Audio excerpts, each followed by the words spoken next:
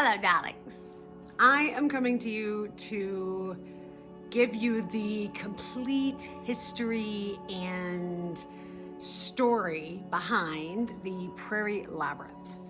So I did the shorter video. If you've seen it, great. It's here as well. I took that out of this one because this was so much information, but there's so much really cool information that it's just gonna blow your mind. And she touches on so many different aspects of the world of woo, of, souls and crossing over and all of this. Oh, it's just such cool information. So a little backstory. The first time I met Toby was September of 2020. It was shortly, a couple weeks after I had gone to Sedona for the first time and had done like that first round of healing and all that stuff. So I was fresh into this path. That morning I found my kitten. I had the sweetest little kitten, Savage, that I foster failed, and I found him dead that morning. So I was bawling and a mess and got there late, so I had no idea what the labyrinth was about or what we were doing. I just got there, blubbered my way through, probably 15 minutes of an explanation of how to walk the labyrinth, and then went out and just did it. So it was like, I had no idea. And then in May of this last year, I went out with another group, and this is where all of this information comes from. So Toby sat down. Toby is fan-freaking-tastic. She is amazing. Anyone who is looking for, some past life regressions, some QHHT kind of, the going under, she is your girl. She is so amazing. I went under and did a session with her, Between the Lives hypnosis session. I was under for 4.5 hours. There's a video coming on it, but it's 4.5 hours worth of information. This was only 2.5 hours worth of information, and it took me this long, right? So anyway, yeah, I cannot recommend Toby enough. She is such an amazing soul. She reminds me of a fairy, right? She's the keeper of the Prairie Labyrinth, right? I mean, just wait. When you meet her, you'll be like, yeah, absolutely.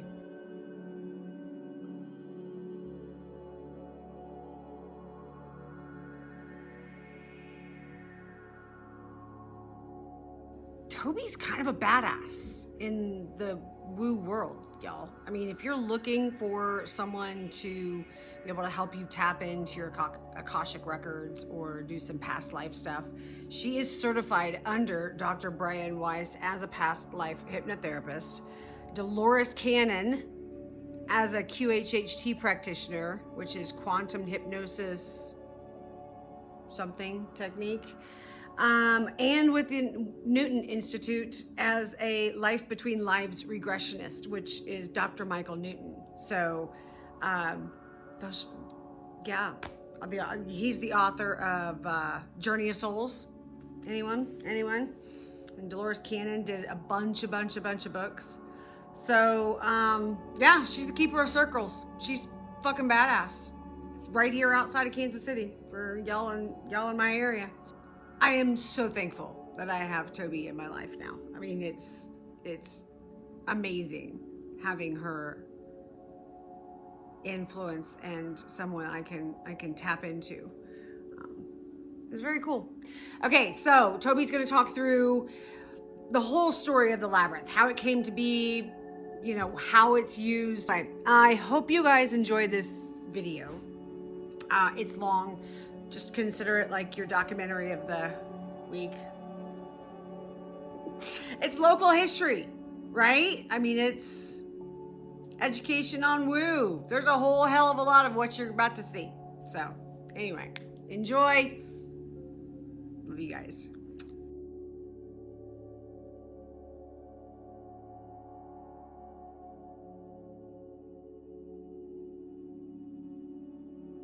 Welcome to our land. We've been here since 1987. It was totally a God job, the way things always are when it's designed and put in your path, that's your next step kind of thing. So, and it was really indicating it was a God job because my husband had to move here because we moved because of his job. So we were both teachers with the Dubuque, Iowa public school system. I was an art teacher. He was teaching 6th grade and did a big, huge, major shift that he went into environmental science. Those of you who remember in Kansas City, they were doing magnet programs. They had environmental science magnet. So he took a job to be one of the magnet teachers, which brought us down here. He was here 6 months before me because I was back trying to sell the house. So he's going out looking at property to buy and picks a place after many, many trips with the realtor, picks a place in Lakewood for a typical traditional house. My main concern was because I was stopping teaching, I felt like now I want to start doing my art, because when you're teaching, you don't really do it because you're so consumed. My main focus was I want a house that has outbuildings of some sort to be able to have a studio space. So that was my focus. That wasn't his focus. He picked out a house in Lakewood that you can do that down in the basement, you know, and they have restrictions in Lakewood about you can't put up a building. It was like, you know, okay, fine, because I was working out of a basement in our existing house doing art, which is these larger assemblages that you're seeing. I did all of those in the basement, you know, so it was like, yeah, I can make this work. We put money down, we had a contract. We're now 3 weeks into already signed that contract, already planning the moving stuff, doing all of that, and we get a call from her and she says, I don't know how to tell you this, but somebody came in and bought the house from under you.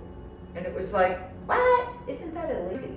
And she said, I've been doing this for 25 years, nothing has ever happened like this. And she said, normally I would tell you, you have a law case, you know, and she said, but I cannot advise you to do that because you will lose. I was like, what? How can we lose? We're the ones that have our name on it. And she said, because it's the government who bought the house. Oh. And they can do whatever the hell they feel like. My husband is completely irate and I'm laughing because I'm going, oh my God, the universe has such a sense of humor.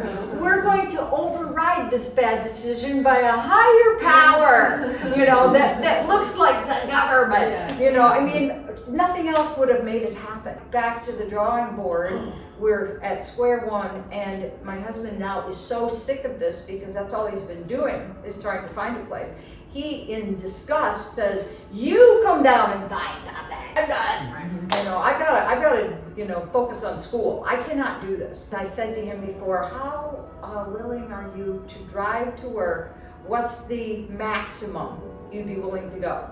He said 40 minutes. So I took her and said, give me everything 40 minutes. Go in all directions. Give me 40 minutes from where he's got to be, you know, in Kansas City. So she started taking me to all of these, you know, farther out places. And the day that we pulled up to this, I'd already looked at 25 houses that were like, no. And came here, we're walking up the back sidewalk to the house. She's got the lock thing.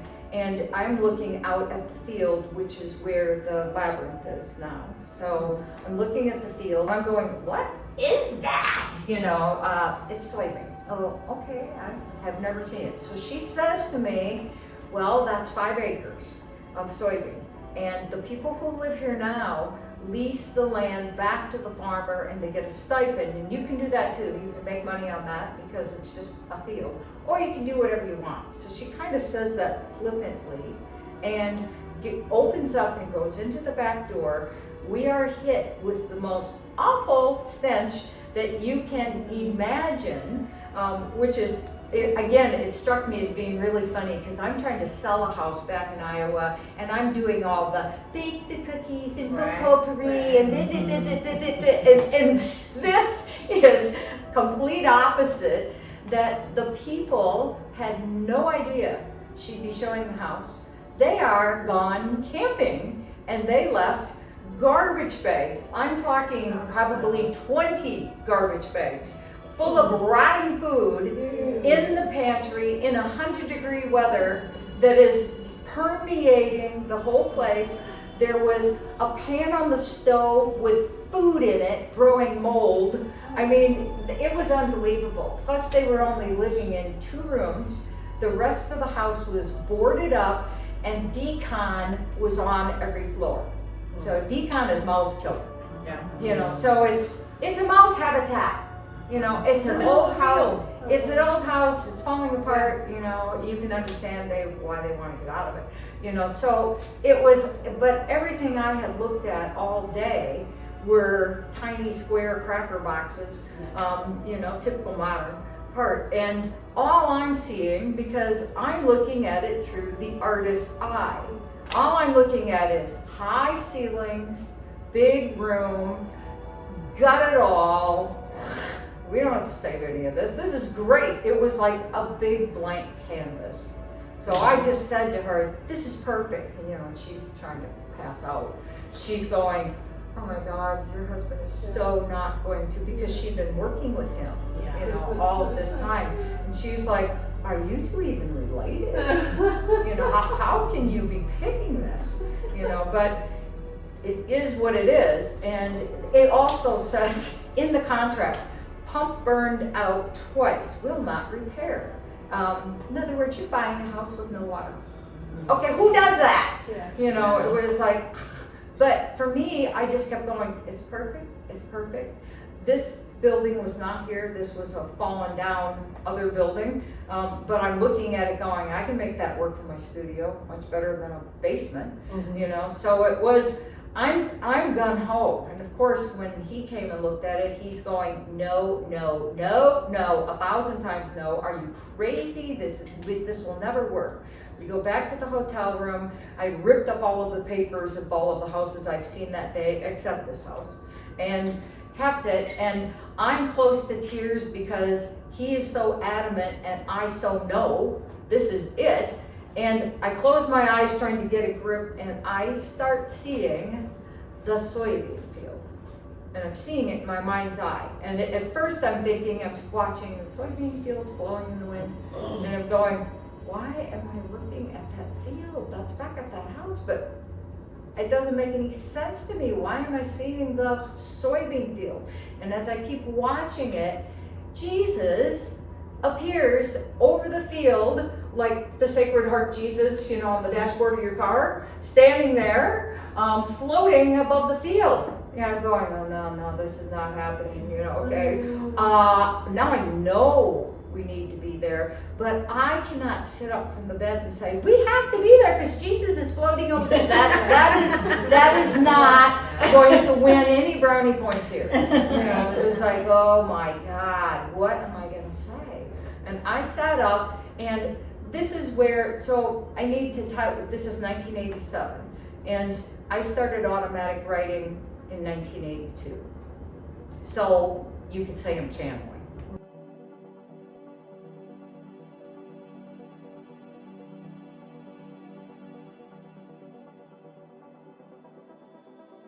At this point, I sit up going, I don't even know where to begin. How am I going to convince him to say anything? And I watched my mouth open and watched almost like I'm back here watching this, because believe me, I did not have these words in my head. And I'm saying to him, remember, he's environmental science. That's why he's moving here. I'm saying, you're the one that always wanted to do a prairie restoration project. The realtor told us we do not have to put this back into field. You can put anything you want. There is 5 acres of prairie, native prairie. You can bring, he's like shocked. I'm more shocked, you know, but he's shocked that I'm saying this, and he immediately says, oh yeah, I could bring school groups out and we could cut paths and I could teach them about ecosystems. The rest is history, you know, that it changed in that moment. So it's a God job. Language. It's a God job, you know, because I didn't have those words, you know, it was like, where did that come from? You know, but it all evolves as it needs to. And it was years later, because a prairie restoration project is no small undertaking. And it is not an immediate gratification thing. It takes at least 6 years before you even have a stand of grass that even looks like grass. Because all leading up to that, we had a field of thistle and ragweed and, you know, every noxious weed you can imagine. You know, where we kept thinking, it's choking out, is there any prairie grass in there? You know, where is the grass? You know, but 6 years later, up comes grass. And it was a substantial amount that he did do the meandering cut paths that was in that. And it was from that part that I heard one day sitting at the medicine wheel, because that was the only part I did during the part I was helping fix up the house, is I was creating a medicine wheel just because I was compelled to do that, and then making up my own rituals as I was at the wheel. But I would end it by just meditating and journaling at times, or automatic writing. And there was a day that I was at the wheel, I finished everything, and I could feel the feeling like, okay, something wants to come through. I picked up my pencil to write in my journal, and the message said, the medicine wheel is just the beginning point. There will be wheels within wheels and circles within circles to come. Wow. You know, and as I write that all down, I'm seeing now, after I've written it, they're showing me, all of you have seen a pinwheel, okay? So I'm seeing a pinwheel, but imagine the pinwheel spinning, and instead of it being a typical pinwheel, think of it like a sparkler on the 4th of July. Okay, so it's a pinwheel that's a sparkler, and it's going around, and every time it spins, sparks are flying off the end of those points. And every place they fly to, a new circle, a spiral starts spinning again. And it's just more, I'm watching this and it's going, this is way beyond my land. I'm looking at the world. I'm seeing this is going out to the whole world. All of these spinning points of light that are all being activated, that are coming. And going, okay, I don't know what any of that means. I don't know, where do you begin? Okay, but I got it. I got the message. The way spirit works for us, I think something has shifted with all of you and your generation. I don't think you have to wait 20 years anymore. But for me, being, and possibly Renee, you know what I'm talking about, earlier times in our life, it is nothing's immediate gratification. It's like, are you going to hold on to that? Okay, hold on to that. Because sooner or later, it'll come back around and you'll understand it. And it was probably 6 years later when we had the stand of grass, when the prairie developed all the way to prairie grass, and he actually cut those meandering paths and had them in and was going to do the school group thing. But by that point, I'm, completely gone on that other tangent of Native American. Now I'm doing sweat lodges, so I have a wiki up that's on the ground. I have all the rocks, I have all the stuff. I'm doing all of this crazy things that he's viewing as crazy, it was just right in line with what I felt like I was supposed to be doing. But doing the sweat lodges, people started coming to tend them, and there was a couple that came, and it was because he just finished mowing the paths. I said, okay, to prepare for the sweat lodge tonight, we're going to walk the meandering paths around the outside of this, so you get the feeling of, being in the prairie. And we were all doing it silently. Everybody's walking the meandering paths. It was very magical. It was in June. It was lightning bugs everywhere. It was like you're seeing a scene out of a movie, but we got back to the sweat lodge, and the woman of the couple came up to me and said, you've got to go to Las Cruces, New Mexico. She said, you've got to go to the American Dowsers Society, because the Labyrinth Society had not formed. Okay, so the American Dowsers, but why she said you have to go, I said, I don't know anything about dowsing, and all I'm associating with dowsing is water dowsing. You know, so I said, I don't need a well, even though it's broken. Yeah, we're bypassing well, we're putting in city water. I don't need a well, you know, but she's going, no, you gotta go because they're talking about labyrinths. And I said, what's a labyrinth? Because my mind, if you know, if anybody else is influenced by Jack Nicholson's, you know, crazy stuff, that is not a labyrinth, that's a maze. Okay, but you keep hearing those words, labyrinth, you know, so I'm thinking, I don't need a labyrinth, you know. She said, but that's what you did with us. You took us out in those paths, and we walked around, and we all got centered, and that's what a labyrinth is doing. It's a walking meditation. So I'm more interested. I'm going, oh, okay, well, what's it look like? And she said, well, it's kind of hard to say. It's kind of like circles inside of circles. Oh. She used those words. Oh. You know, it's circles and circles. And you went to New Mexico when? Yeah, December. Yeah, it was like, it was one of those things, I don't listen. You know, it was like, I heard, oh my God. You know, so I knew I had to go. There was 5 presenters at that conference, all talking about labyrinths, and those beginning presenters were not woo-woo people. They were very scientific. They were given all of that. Underneath every labyrinth, there's a water dome, and it expands out, and blah, blah, blah. You know, the parts of it that I'm tuning off, but the whole thing, every time they got up to talk about it, I couldn't stop crying. It was like, people are going, oh my God, did you get a phone call? Yeah, I got a phone call. It was like the whole time they're like, are you hearing this? Are you hearing this? It was like, I don't know what any of this means. You know, so I was obsessed. You know, by the time I came home from the conference with 1 day of basic dowsing school, it's not like you feel confident. You know, you're going, oh my God, my head's spinning. But I knew I have to put a labyrinth in the prairie. You know, so run that guy, my husband. No way. You are not going to put man-made circles in my, native field. You know, that he spent 6 years trying to get to this point. I'm going, but you've got paths going around. I don't care. I don't want, concentric circles, coming into this part. So he said, then put it back by the sweat lodge. You're already taking that part of it, because I clear the swatch to do the sweat lodge, part of it. And that's a narrow piece of the property. So I'm actually going to show you with this so you can see, because obviously that the labyrinth is there, you also know he didn't have a chance. When spirit wants something, Jesus was right here, not over there. That's right. Jesus was floating right over the center of the labyrinth. So these meandering paths are what he did. Yeah. Those are his pathways going around it.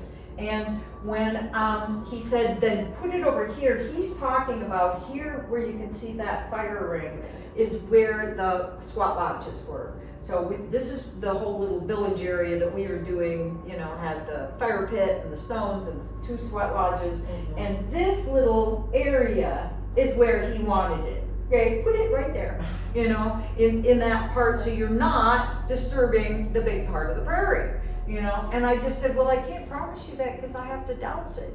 Because everything in dowsing school is every question you have, douse it, douse it, right. Douse it. That's all they ever say. It's like, okay, I don't know where it is.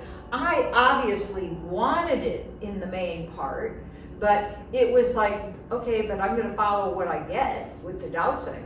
But the day that I did it, a good friend of mine, who, thank goodness, she was so kinesthetic and spatially aware, where I don't have that awareness, she took paper and within 15 minutes sat there with a piece of paper, cut, fold, and made our house.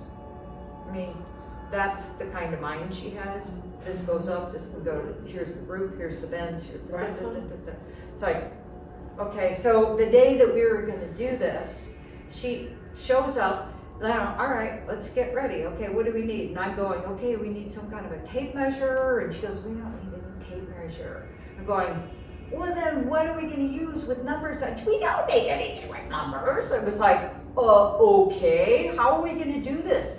Go get your dowsing rods. We had dowsing rods, we had clothesline, and we had construction flags. That's it. Perfect. There was nothing else.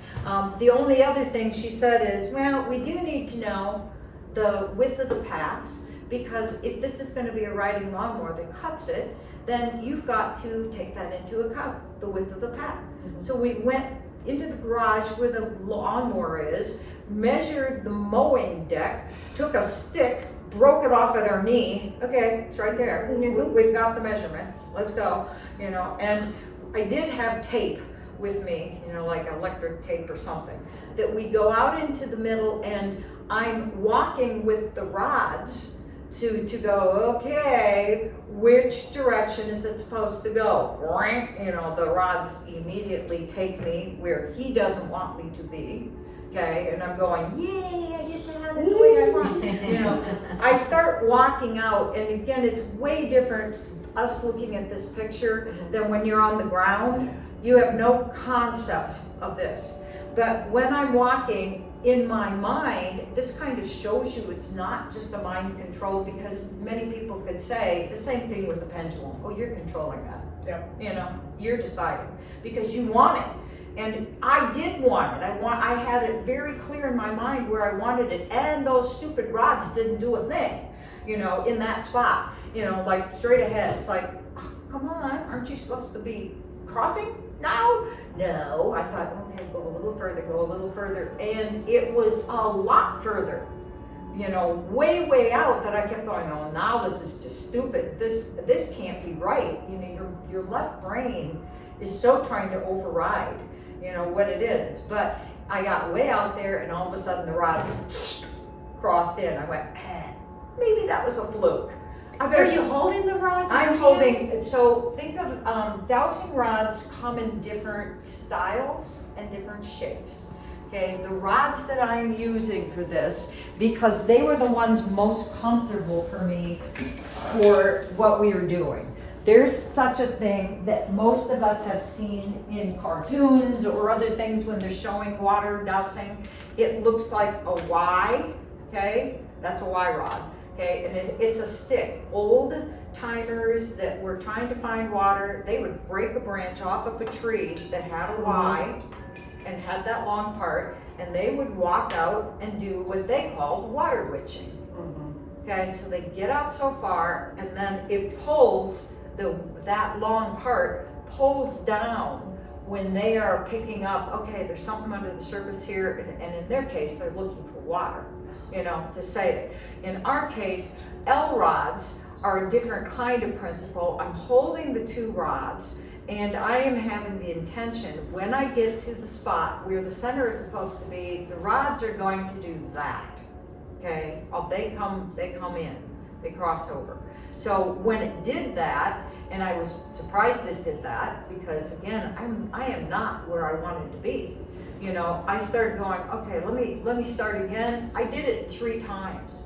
Every time it would come back to that spot. Wow. And I was coming from different directions. Oh, wow. Because I kept going, okay, well, maybe it'll make a difference if I do it walking here.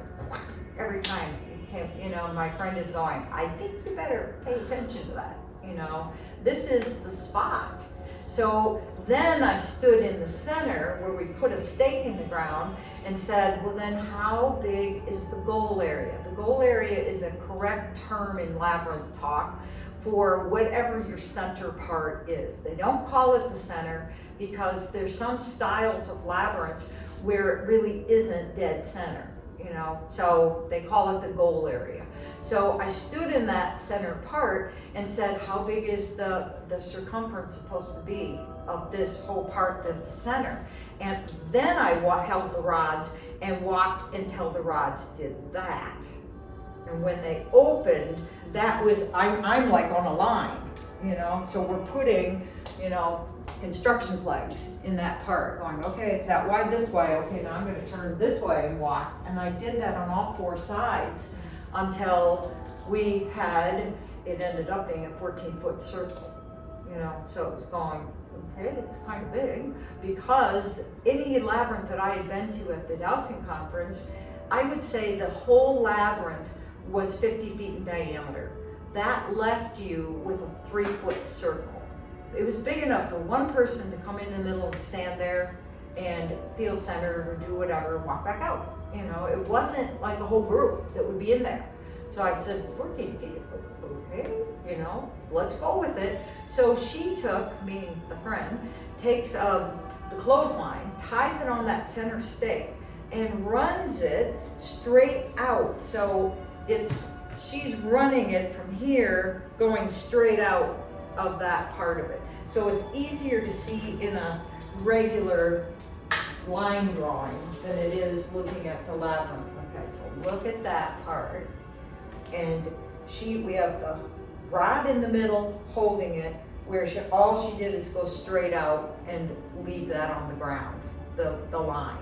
Then because we already knew all of this part of it, but we knew making those concentric circles, we had to do it from that center part. Mm-hmm. So this part's easy, you know, because it's all just concentric circles. And all we did is go, okay, the path of the lawnmower, we already know that measurement because we got our stick. So we laid the stick down on the clothesline and put a piece of tape, almost 2 marks and sticks that long. And then I said, so how big are we gonna allow for the prairie grass in between? You know, should we just do another stick? And she said, no, you better douse that. Don't assume that, you know, douse it. So I'm asking, okay, can we use just the same thing, a stick? No, you know, it was like, 2 sticks? Yes, 2 sticks. Okay, so we're taking that clothesline and going 1 stick, tape, 2 sticks, tape. You know, so you're taping the clothesline all the way down and then dragging it straight back and marking as you're going, because we know we're doing 7 paths. You know, so these turns were trickier when we got to, where's it going? Where do we turn that? How do we do that? And she just kept saying, get your dowsing rods. You know, so I'd get the rods and it would turn and we'd put a mark in the ground. It was a bizarre process, you know, to do it. But you'd think a very time-consuming process, and yet it was something that was done probably in 2 hours. Wow. So it was amazing. Yeah. It was so guided. The whole time we had 11 hawks, red-tailed hawks, flying over the center the whole time. How cool. Swooping. You know, that were just guiding this whole thing. It was like, that's bizarre. And that was... Probably could have asked the hawks. They would have swooped one way or swooped yeah, so which way? Yeah. Which way? They're doing a dance. No, this way. Yeah, so Awesome. it was bizarre. That the whole thing just laying it all out. And the other weird thing is, because we had taken one of the existing wiki-ups for the sweat lodges, and remember that's just made of willow that's very bendable, that you bend into this igloo looking shape and then it's tied together. Mm-hmm. And they last for about 3 years because it gets so brittle, you know, so you have to replace it. Well, we were at a replacing time. So Mary Kay had the brainy idea, let's take the existing wiki-up and put it over the center of the labyrinth so we have it as our marker, where we know where that is. We take it out and set it down, and it had the energetic feel. For one thing, it was exactly 14 feet in diameter. Wow. So that we were looking at each other like, you can't make this up, right? You know, that was weird. But as soon as we sat it in the ground, it had the feeling that we just snapped on the lid on a pressure cooker. Mm-hmm. You could feel the, it was like, right? what just happened? Right. You know, but so that was up, which made it much more inconvenient for us taking the clothesline and swinging it. We had to thread it through the legs of that every time, and it felt like, just do it. That's got to stay in place, you know, so work around it. But then I got on the lawnmower, and, you know, I felt like we were in Top Gun. She's giving me signals, you know, you know, okay, I'm driving going, Wait, where's your husband doing that? working. He has no clue. No clue.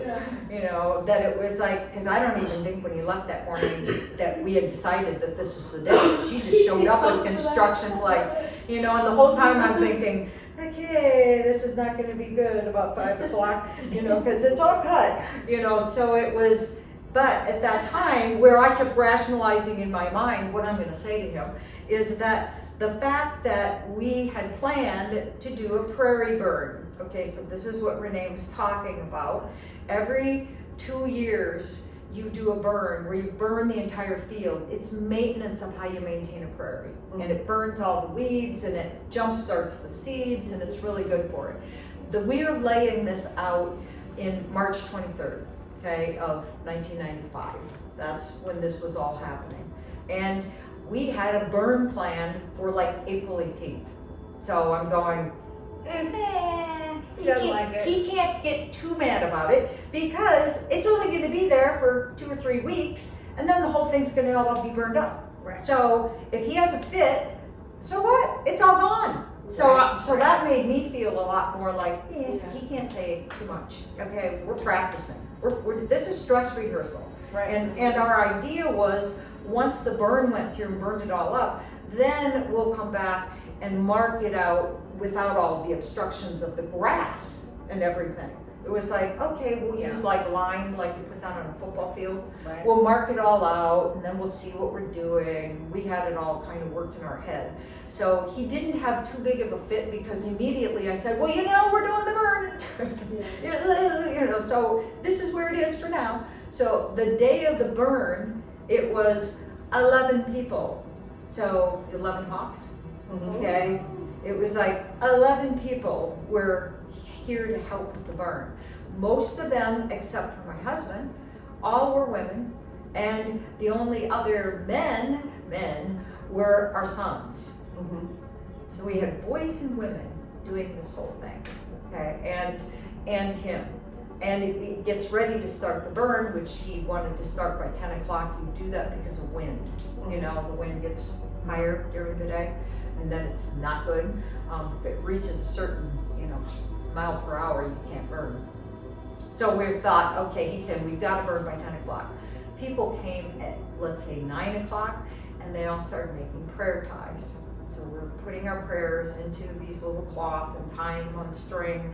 They're going to be our offerings. We're doing tobacco in them, and we're doing all the Native American stuff. And my son, who at that time was about 15, and his best friend decided, well, they didn't decide, we decided for them that they're going to come and help us with the burn. And he was not really happy about that, you know, like, I don't want to come and do a stupid thing for you guys. I'm, you know, with my friend. But they came. His friend's name is Ryan. My son's name is Adam. And Adam and Ryan had been best friends, but Ryan was an easygoing kid that always wanted to talk to me, where Adam is kind of like, don't even ask her anything. Right, You know, right, like, right. oh my God, Don't get her shut started. up. Yeah, that kind of thing, you know. So it was, they pull up, and we're ready to do it. Well, what are you doing? We're making prayer ties. Do you guys want to do that? Adam, no. Ryan, yeah, let's do that. So Adam gets dragged into doing it. He's not thrilled about it, but he's doing it. And when it comes time to I said, we're going to walk into the labyrinth first. Everybody's going to walk in procession. We're going to go into the wiki up in the middle. We'll call in the directions. We'll have that beginning part, our own little blessing before we start the burn.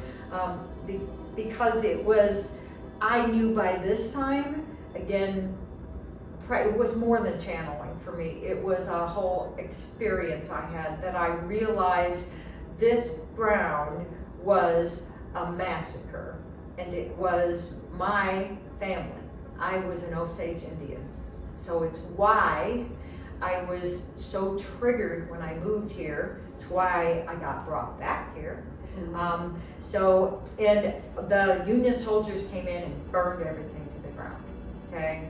So everything, I did not die in that fire. I was, besides the fire they were shooting, I watched my mom and dad both die in it. They took the kids and put us in a wagon and took us to a mission school. So it was that whole indoctrination, that happened at that time. I was probably 12 when it first occurred. So it was being in the mission school, and then I realized this jump happened that was like 6 years. And in that part, so now I am older, I'm probably 16, 17, 18, somewhere in there. I've adjusted to the mission school. I'm helping the littler kids, because most of the kids that were put in the wagon were a lot littler than me. There wasn't too many that were 12 and up, because they were killed, so it was part of that. So it was being in that part of it that I realized how many years later there was something going on, because my impression was I am sleeping by a campfire with my horse. I'm all alone. What am I doing out here? Where is everybody? And it was, I knew then smallpox was going through the area. There was a lot of people affected by it, and they sent me what ended up being a wild goose chase to go get serum to help with the smallpox. And they sent me to a different mission school to go get that. And of course, do you really think they're gonna give an Indian girl serum, to help? There's no way. They wouldn't even answer the door. It was kind of like, get away, So I had this image when I woke up at the campfire of all of the kids calling out my name, panicked, screaming, that they needed my help, and I was torn. Do I go back? Do I help them? By the time I got back, the other adult woman that was part of that teaching of the kids met me. She was also a Native American. She met me, she's hysterical, and she's saying, they're all dead. All of the kids are dead. They have either died of smallpox, and all of them that weren't dead, they buried them alive because they believe they don't have souls. So it was like, just get rid of them. They're going to contaminate everybody else. And it snapped something inside of me that I was like, oh my God. And my friend who's wailing is saying, I don't know if I can go back in there. I don't know what's going to happen. I don't know if I can be part of this. And I said, I know exactly where I'm going. And I got back on my horse and came back to the original land of the massacre, took all of the ruins of the teepees and everything that was left, and drug it into the center, because in the village area there would be like a community center where they had a great, a bigger fire, and that was gatherings that were happening. Drug everything into the middle of that, started a fire, and walked into it and killed myself. So that is the center of the labyrinth. Wow. That's where Jesus was floating over the middle of the field. Right. Very cool. It was like, okay, so the day of that very first burn, we get into the center in the Wickiup. I'm calling in the directions, and I am inviting, because at this point, I know the story of the past life. I know what I did, I know what happened, and I just said, any souls that are still here that did not cross over, because in the sweat lodges, the souls started coming to me, and they started coming first as kids. Lots of kids were coming to begin with. Then it started graduating in consequent fires that we would have coming. Then I was realizing these are the elders, or these are the people of the tribe that are coming. And sooner or later into many of the sweats, Union soldiers started coming and asking for help and crossing over. So it was like this layered thing that was happening. But when all of this came, by the time I was doing this burn, I'm still aware of that. We had still been releasing them. So I just said, any souls that still haven't crossed over, whether they're children, whether they're the adults, whether they're the Union soldiers, this is the day, to cross over. And I didn't say that out loud. I'm just saying, any unresolved stuff, cross, because a lot of these people that came for this burn, the women, some of them were my friends and some of them I met the day before. It would be like what we're doing today. I'd say to you guys, tomorrow we're doing a burn. Do you want to come? And some of you would go, okay, sure. I don't really know these women, but they all showed up. That's awesome. that were there. So it was with their sons. That's the weird thing, that they came. So we walked the whole labyrinth as a procession with Adam and Ryan. And got into the middle, and I'm calling in the directions and just, more or less blessing the burn. And my father and my brother had died 6 months earlier. And I said, Dad and Chris, if you want to be here for this, come in and help us. I just said that kind of off the top of the cuff. I look over and Adam starts crying, which is, I'm thinking, okay, is this whole thing with his grandpa still fresh? Because it was only 6 months. Did that stir him up? Okay, he'll be fine. And he keeps crying, and he keeps crying. And people are talking and saying things, and he doesn't stop crying. Now Ryan's got his arm around him, and it's like, okay, this is so out of character for Adam. It would not be weird for Ryan, but it was very weird for Adam. And to be crying in front of total strangers and other boys, it was like, okay, there's something really going on here. So I just was like guided to shut up, don't bug him, don't ask him anything, just let him be in his own process with it. But we walk out of the labyrinth and we are meeting my husband at the medicine wheel because he's got to give us the directions of what we're doing.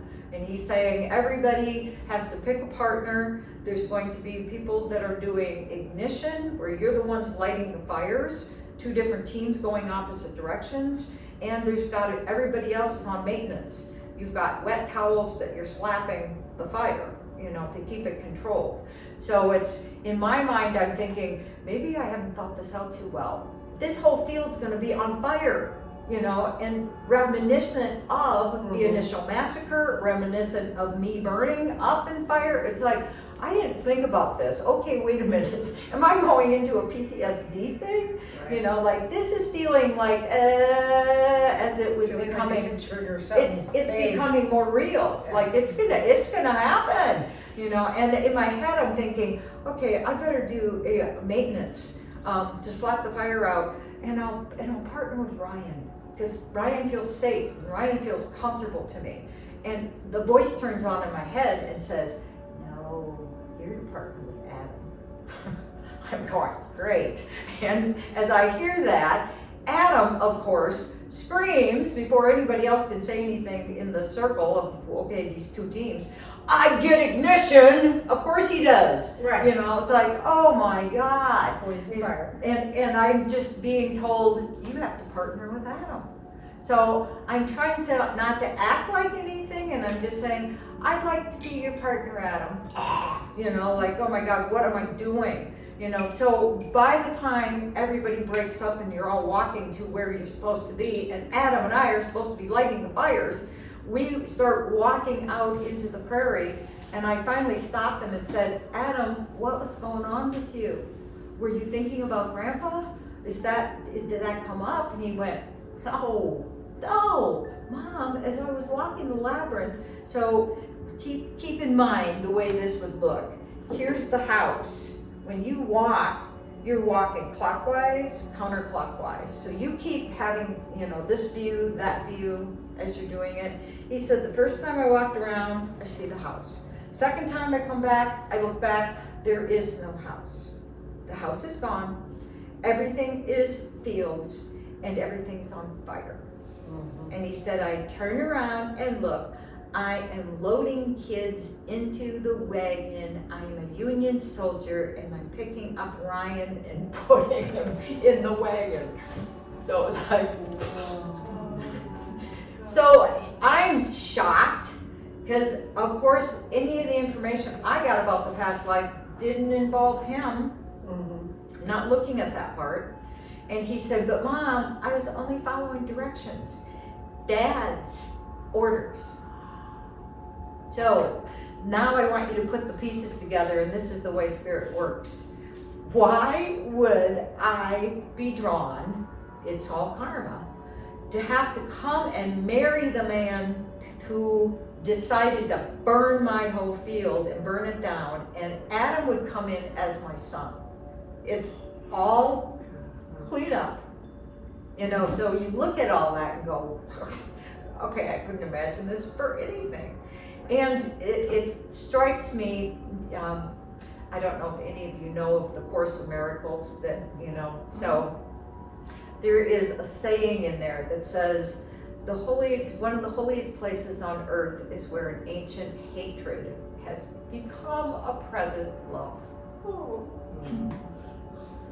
So it's, we're all cleaning up messes that you have no idea of the extent of, and no idea that, I mean, to look at the orchestration that's gone into this. So the labyrinth had to be then set up in a way to clear that trauma. And my feeling is with land especially, think of all of the battles that have been fought in America, never mind the rest of the world, you know, with Civil War, with the Indians, with whatever has happened, with just crazy people, you know, shooting somebody else. Think of any of those kind of tragedies. That bloodshed is in the land, okay? It's baked, the memory is in there, and it's unresolved.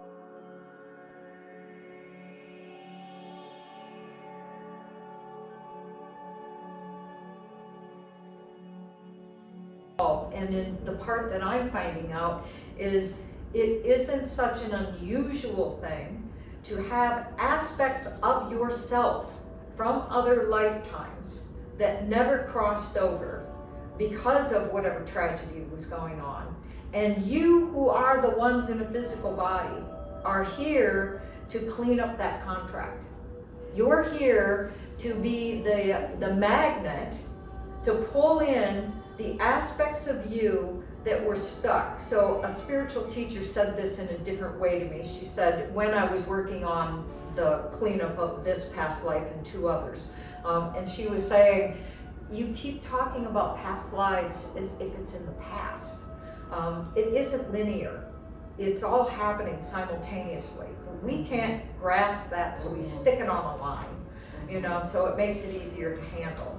But she said she said, do you realize you're doing the lion's share of the soul's work?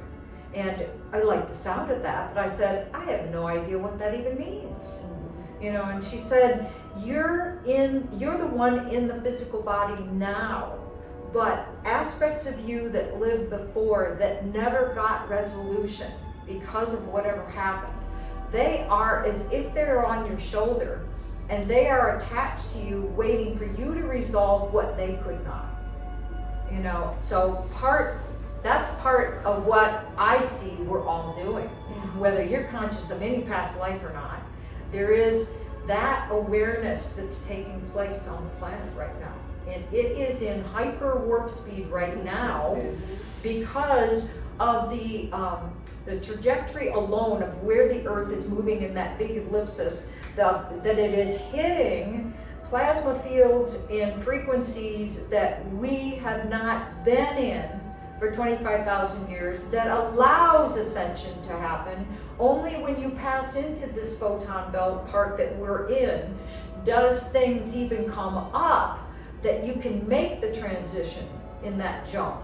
So it's happening now, but as that, so think of it like a big bright light that's beaming down, and it is shaking up because it's digging down all of the shadow, all of the dark, all of the embedded part I'm talking about, the tragedies that have been embedded in land and in people's bodies, okay, because we're back where I believe, this is my own personal belief, other people disagree with me, But I'm going to give you an example. I was doing a reading with a psychic, and she said to me, "Oh, the reason you're so invested in helping earthbound souls cross over is because you were in World War I and you died in that battle. You were Russian and you died in that battle and you never crossed over." And she said, "But of course you did since then because you're here now." You know, and it was like, I didn't correct her. It was like, lady, you have no idea, you know, that because we can be here now and still have aspects or fragments that haven't crossed over. Absolutely. And there's a part that my analogy is that I feel like we're all paratroopers who agreed to this mission. And we're standing in the door of the plane ready to jump. And there's a guy at the door that stops you right before you're ready to jump out and says, "Oh, one last thing. You do remember this is an extraction mission." And you're going, yeah, get out of my way. You know, I know. I jump, and on my way down, I'm going, what is he talking about? What's an extraction mission? Oh, well, you know, keep going. So it means you're the one doing the lion's share of the soul's work that has agreed to come into a physical body, to have reactivated through your daily experiences, interactions with people, addictions, problems, challenges, major challenges. You agreed to get all of that reactivated. And it's probably because there's unfinished stuff from some other time. And you agreed to be, yeah, I'll do it. I'll go through it all. But in doing it, you're bringing up those aspects, because it could very well be that the aspects that had the problems or were going through that, the reason you have those same desires now is because of them. I mean, that they are attached to you and they are bringing it all to you, you know, so that you are reenacting all over again the mess of whatever it was that was going on, because how else are you going to handle it? You know, you got to have something to handle. So it's coming up inside of you, and in doing so, there is I'm helping that part of me cross over to that higher frequency, where in this part, I'm saying we're helping the earthbound souls reconnect to their own higher self, because there has been a disconnect. When they died, so I'll use myself as an example, when I killed myself, I was in a pretty dire strait, hopeless, depressed, I can't handle this anymore, how can the earth be this evil, blah, blah, blah, blah, blah, blah. I was total in victimhood. That's a low vibration. My higher self is not there. My higher self is up here beaming, everything's fine, you're part of the God spark, what, you know, come on, get your vibration up. I am so low, there's no connecting to this. So you stay earthbound because you're connected to your low vibration of whatever that emotional field was that you were in the swamp of.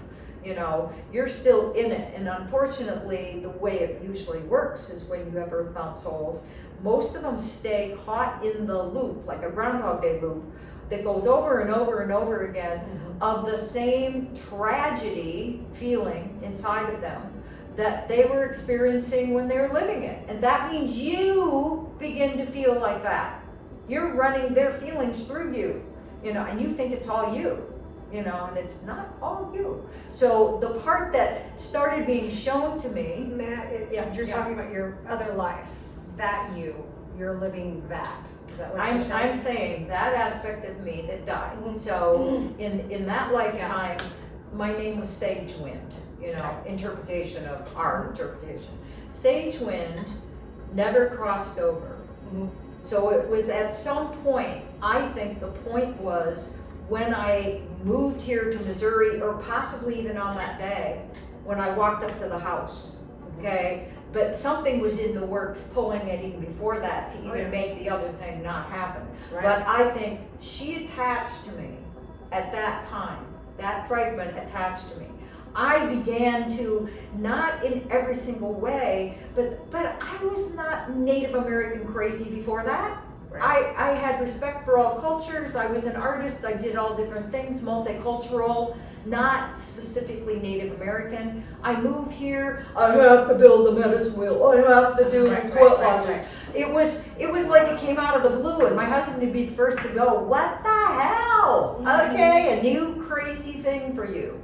You know, but it was, to me, it was like, I don't know why I'm so interested in this. I just can't not be doing it. Okay, so you get pulled down holes that are connected to a part of, and it could just be, I'm not saying every time it's you have an earthbound soul attached to you, but in this case, I did.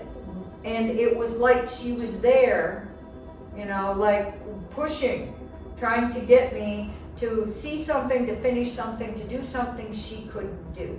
And the biggest thing she was trying to get me to do was what happened in the sweat lodges when all of the souls started coming and saying, "We need help." You know, they were making it pretty clear to me. But at the point, I'm going, what do I do with that? Right. How do I help them? It's not like you learn this in school, Right. you know. Oh, and when you have an earthbound spirit show up, you know, you need to get them across. You know, it's like I'm sitting in the sweat lodge going, oh my God, we're all doing prayers and opening the door flap and they're going up in the smoke. You know? So you integrated that Yes. other life into Yes. this life. Yes. And you've been able to become. And that part, so when I she love crossed that. over, so I'm going to use those words because I didn't have those words when I was going through it. Right. I wasn't thinking of this aspect of me never crossed over. That was not in my vocabulary. I just felt like I am reliving this in a different consciousness now that I had when I felt the integration. You know, we're talking, it was a process. But I will also say at the time I was working 3 lives, all 3 of them I killed myself, you know, so it was in all different ways. I walked into Lake Louise, I did all kinds of, that's it, you know, which is funny now, which is funny that I'm looking at in doing LBL, Life Between Life hypnosis training. I was in the in-between part talking to my counsel, and that lifetime was horrible. It was a lifetime in China that was a nightmare. And I'm standing before my counsel and I'm like sobbing, saying, I know, I really fucked it up. I know, look what I did. I got him killed and I did this. And they're completely neutral. And they turn and one of them says, we think you did rather well. You didn't kill yourself. Success. She stayed in the body this time. Amazing. She went all the way through, even though she had gonorrhea and blah, blah, blah, blah, you know, it's like she stuck it out. Okay, we're making progress. Right. You know. So it was like, oh my God. But the day, so I look back at this and go, oh, that's only crossover. I was standing at the medicine wheel one day. I was at the East Point, and all of a sudden, I felt sage wind. I felt the one that, you know, jumped into Lake Louise. I felt the one that went off the cliff. You know, they're all at the other points on the wheel. And I'm looking at them, and all of a sudden, it was like all together. I watched the death process of each one of them. I watched, you know, cliff off into the fire, which is also interesting that it was all elements. Yeah. This one died by fire, this one died by water, this one died by earth, you know, and I'm standing over in the air watching it, you know, and in that moment of watching them all die, it was like I just started making these motions and went, you're all released, and I felt them all, they all left. They all crossed over. I know that now because I immediately, it was like all of the obsession with the Native American just kind of went to a dull roar. I gave away all the sweat lodges. I took down the thing. It was like, that's done. It's done. You know, what was that? You know, what was I doing?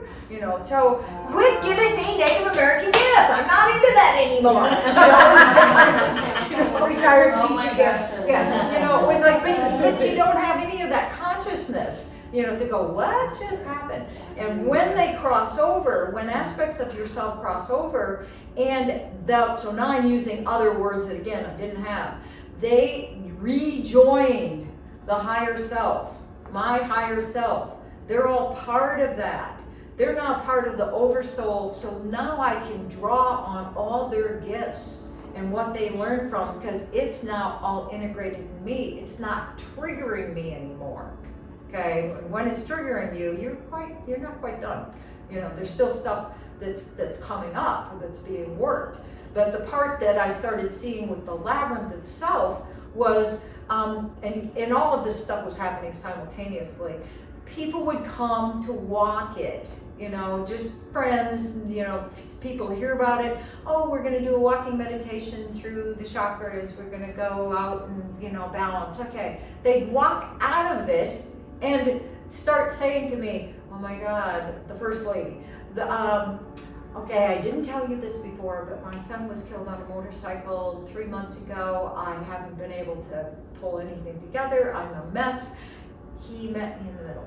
You know, so this started happening. I had one of Adam's friends, again, don't talk to my friends about all your stuff. The friends come, this kid, Adam barely knew him, walks into the field, comes back out, looks like he's seen a ghost, because he has, you know, and his grandpa met him there, and his grandpa raised him.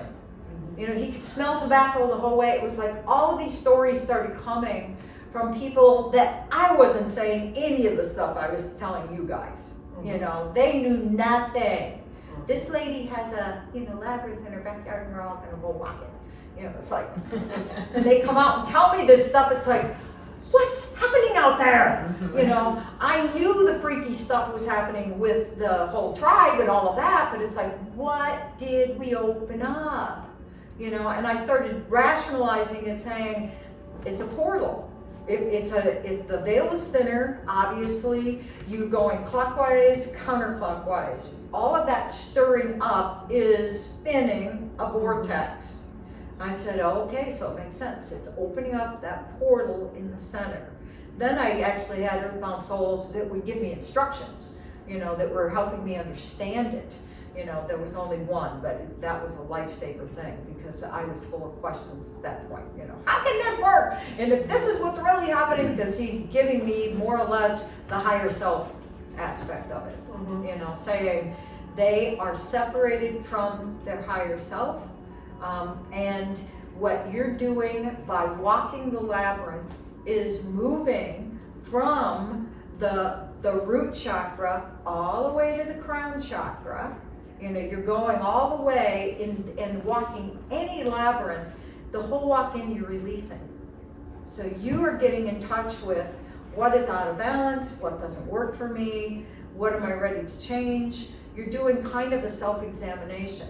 But if you're doing this with an earthbound soul, you're helping them clear that. They're moving all the way through from the root chakra to the crown, and by the time that the crown is cleared, remember the crown chakra, thinking of that as my access to my own higher wisdom is coming through the crown chakra. And for all of them, it's blocked. And as soon as you unblock that, they are aware of their higher self energies, where it was up here and they're down here and they're low vibration, and it's going, they can see them now. You know, that awareness is there for them. So it brings it into, you're helping them raise their frequency.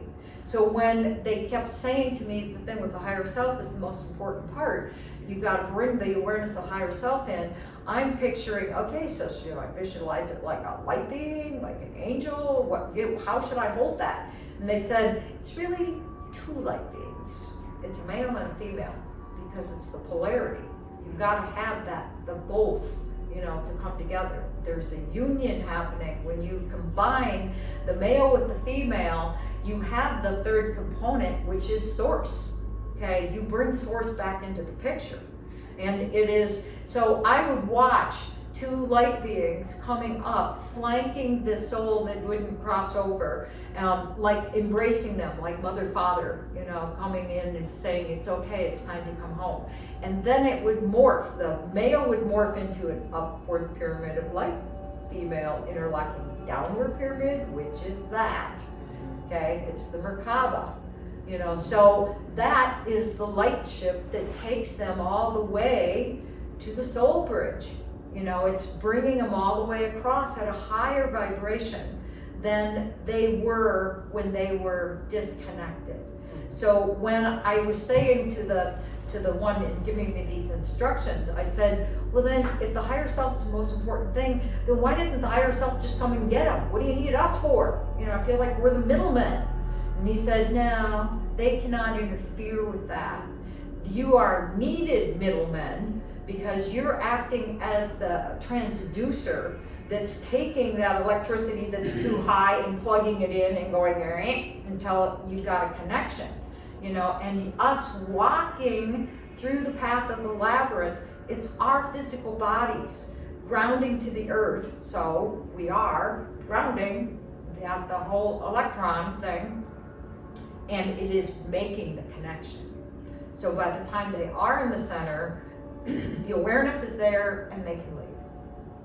So that's the part of it. So all of that, you know, I had no intention whatsoever of telling you any of that, and that's where I totally trust Spirit to take over my mouth. She just like me that day going, who's saying that?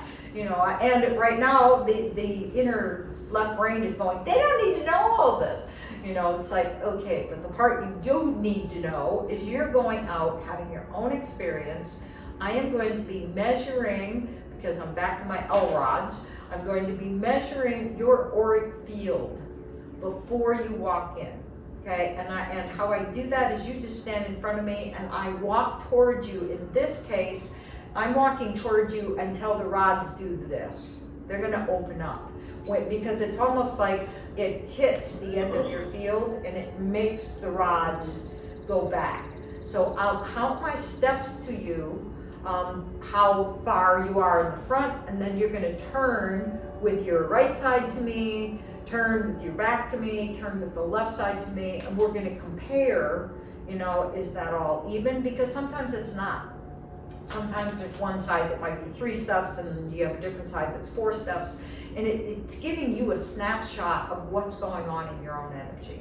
You know, so it's good just to have the information.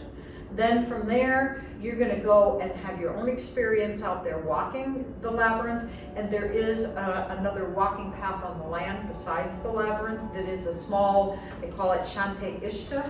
Okay, that is the 9-petaled vesica. Okay, and this is not a labyrinth. A labyrinth is a single path that has no dead ends, no wrong turns, no choice points, that you just keep following that exact same path that takes you to the center, and then you follow that exact same path back out again. This, you walk in and immediately you have 4 choices. You know, I could go left, I could go right, I could go straight up, you know. So this would be considered a continuous walking path that is helping you get centered.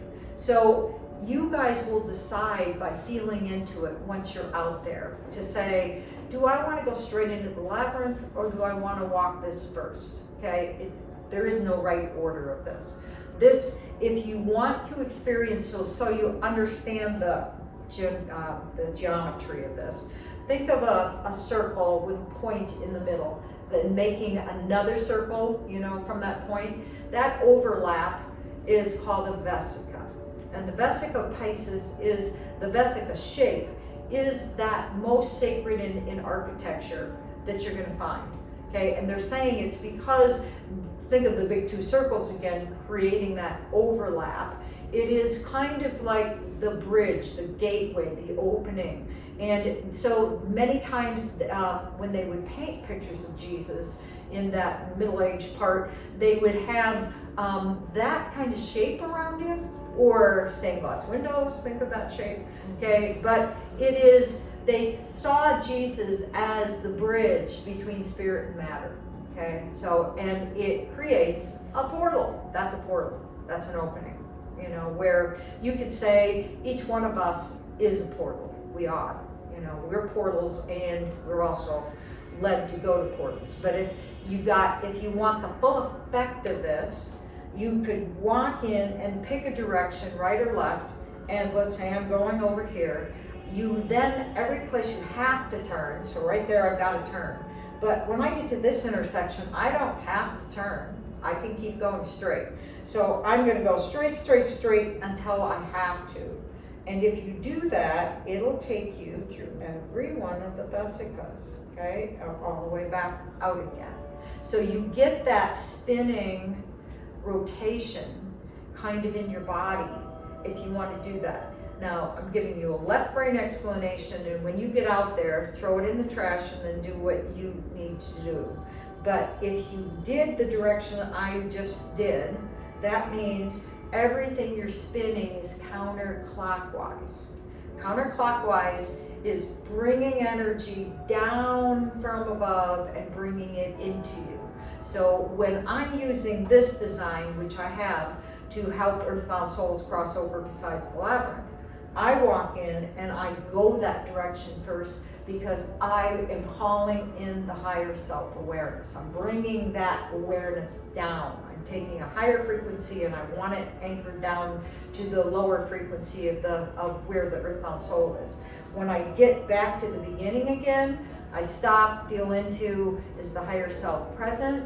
Is it feeling like it's coming in? Then I walk the whole thing and I go opposite. So I'm spinning it all clockwise. And in the clockwise, it's helping them start going into that movement of what do I need to release and moving. And when I am ready to move the soul across, I step into that 9-pointed star in the center and release them in the same way that the labyrinth is making a portal in the center, to do it. So you doing this, not releasing any souls, just walk in, and this is why I'm saying forget about right, left when you get in there, or do I want to call my higher self in, or am I doing releasing? Instead, stand there. There's a big crystal that's right there in the sand before you get in. It's meant to stand on. So stand on that and feel into, do I feel like going right, or do I feel like going left, or do I feel like going right up the middle? And you don't have to try to do any of the spinning, just meander in there.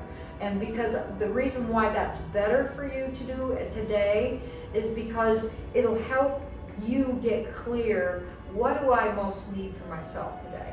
What is up for me? What are my issues? What am I working on? What do I want guidance or input or download? What would that be? So this is a good place to get clear before you go into the labyrinth.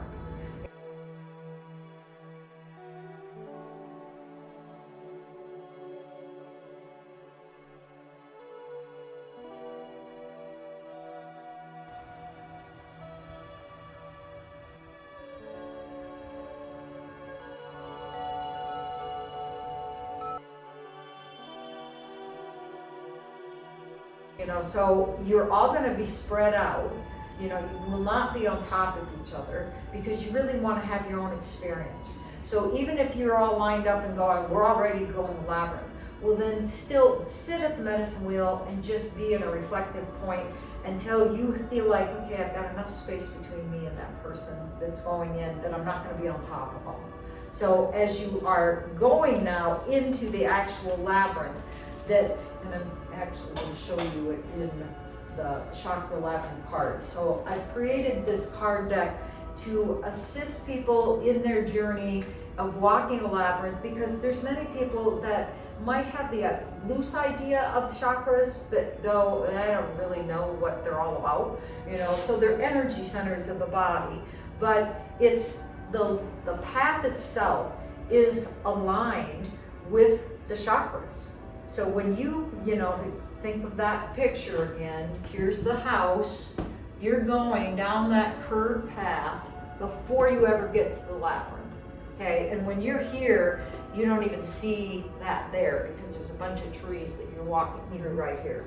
But when you get there, you'll go, oh yeah, I can see now there's fence posts out there. So every place it turns, there's a fence post in the ground, okay, that has colored things with it, a colored ribbon, a colored wind chime, okay, I've created angels out of clay, so there's a root chakra angel, there's a sacral angel all the way up on the post that is telling you, okay, you just arrived at a new chakra, so the very first one you're going to come to is the red path.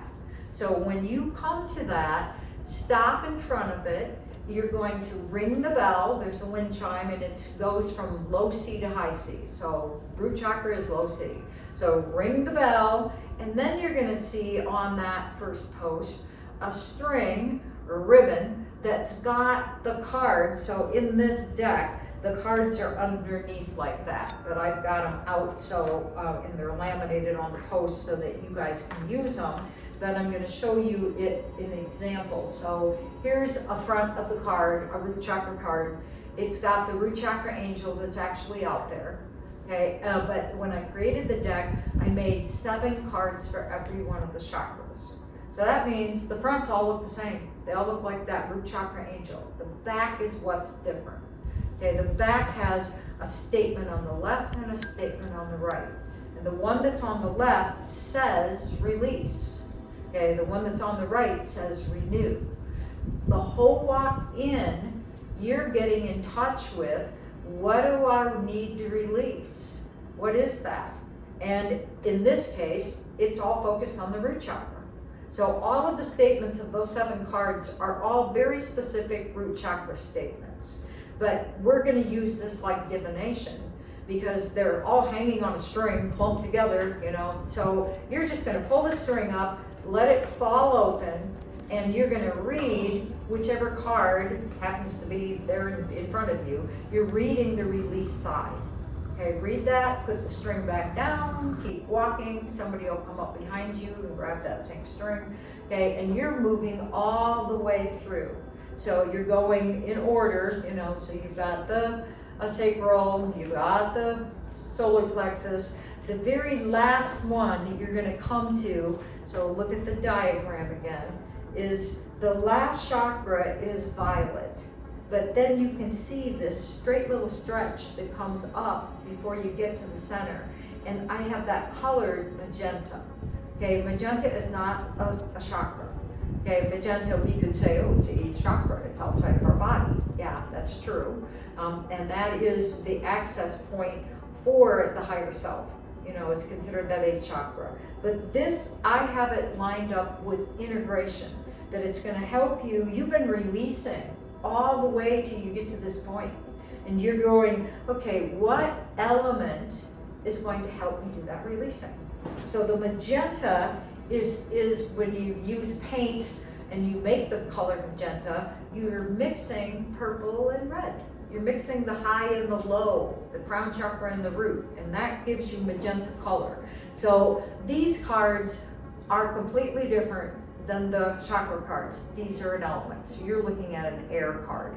Okay, so air, fire, water, earth, and ether, okay, are the cards that you'll be flipping up and say, what element's going to help me with this? You know, what do I need to focus on just for today? Then you're going to go to the center. When we all get to the center, we're going to go into a more elaborate, you know, more focused for us personally about the chakra releasing. But you will have been priming the pump all the way through this, all the way through your walk. You're going to be reading those different cards and seeing which ones resonate with me, which ones am I going, that's not me, you know, but have your own experience, let it come up. And that is in the context of whatever is going on with you all personally. There's going to be some of those chakras that are going to jump more at you, you know, than others. When we get to the center, so in all labyrinth walks, where I said it's release and renew when you come out, being in the middle is receiving. So it's saying, what do I need to fill up with? What is there? You know, let that come in. Is it inspiration you need? Is it feelings that you need? Is it some kind of, you know, inner messages? And really determining how that looks for you is very individual. You know, where I've been talking about the way that I get things, I hear it, where you could say I'm clairaudio, you know, or I'm claircognizant, it just drops in. But I hear whole sentences. And most people don't do that, you know, unless that is one of your things. A lot of people see things, you know, clairvoyant. Many people are clairsentient. You just feel something. You know, you have a definite feeling about something, or the emotional part is there, or you might even see colors, okay, but it might not be in the same way somebody else gets information. So trust the way you get it. That's important. Okay, and then we'll be in the middle as a group. There's 4 benches in there, so sit wherever you're led to sit. Be in your own space, and then we'll come together and give more instructions once we're in there. And when we come back out, you're walking back out on the exact same path that you just came in reverse. The only difference is this time, when you flip the string up and you're going to be reading it, you're reading whatever it says on the right side. And one clarification I want to make is, if you ever came to me in a small, like 2 of you together or 1 of you together, and you were doing the labyrinth, I wouldn't have the cards out there on the string. I would have you picking them here inside, and we put them on a jump ring and you're reading them, which means you'd have those cards in your hand going, I read this on the way in and I'm reading that on the way out. That's not what's happening with you guys, because of the string that has all of those cards on it. And I don't want you to get to the string and go, okay, I have to find my card. Don't do that. Just flip it up and read whatever that positive statement is, because that's really what it is. It's an affirmation for whatever this is, but it will be the right affirmation you need, you know, so trust that. Or meet outside, and I will be measuring auras before I show you where to get into the labyrinth and where's the medicine wheel and all of that, you know, beforehand. But then really spread out. You're in your own, you know, you're in your own experience, because that's really the way things are going to come in more, is for you to be quiet and be in that receiving. There's a little snaky friend that apparently our cat friend brought out to give us a message. Snake in the solar plexus sacral chakra indicates the Kundalini awakening. And a dead snake indicates that we're letting go and shedding.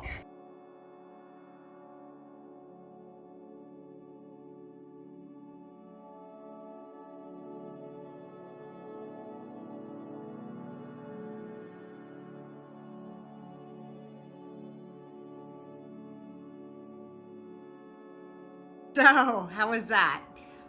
Fascinating, isn't it?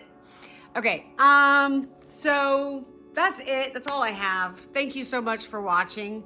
If you have not watched the shorter version, don't bother, because it was within this, towards the end on this one. So, you know, unless you want to just watch it because you love me and you love watching my stuff, that'd be cool too. All right, more coming.